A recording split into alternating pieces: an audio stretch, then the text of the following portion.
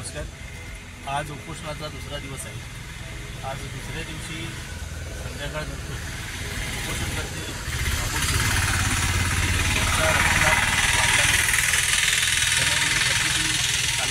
तपासणीसाठी ग्रामीण रुग्णालयामध्ये ठेवण्यात आले। त्या ठिकाणी तपासणी केल्यानंतर पुन्हा परत ते उपोषणस्थळी दाखल झालेले आराम करत आहेत। एवढं सगळं होत असताना सुद्धा प्रशासनाकडून किंवा स्थानिक लोकप्रतिनिधींकडून अजूनही म्हणावी तशी दखल घेतली जात नाही आहे। याचा अर्थ असा होतो आहे की उपोषणकर्त्यांना प्रशासनाच्या माध्यमातून पाहिजे तशी दखल न घेणं हा संविधानाचा आणि लोकशाहीचा अपमान आहे असं आम्ही समजतोय।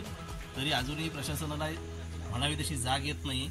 उपोषणकर्त्यांच्या जीवावर बेतण्याची वाट बघत आहेत का प्रशासन, अशी शंका आम्हा सगळ्यांच्या मनामध्ये निर्माण झालेली आहे। तरी त्वरित प्रशासनाने याची दखल घेऊन या संदर्भातली जी काही कारवाई आहे ती त्वरित करावी अशी प्रशासनाला पुन्हा एकदा विनम्र अशी विनंती आहे। धन्यवाद।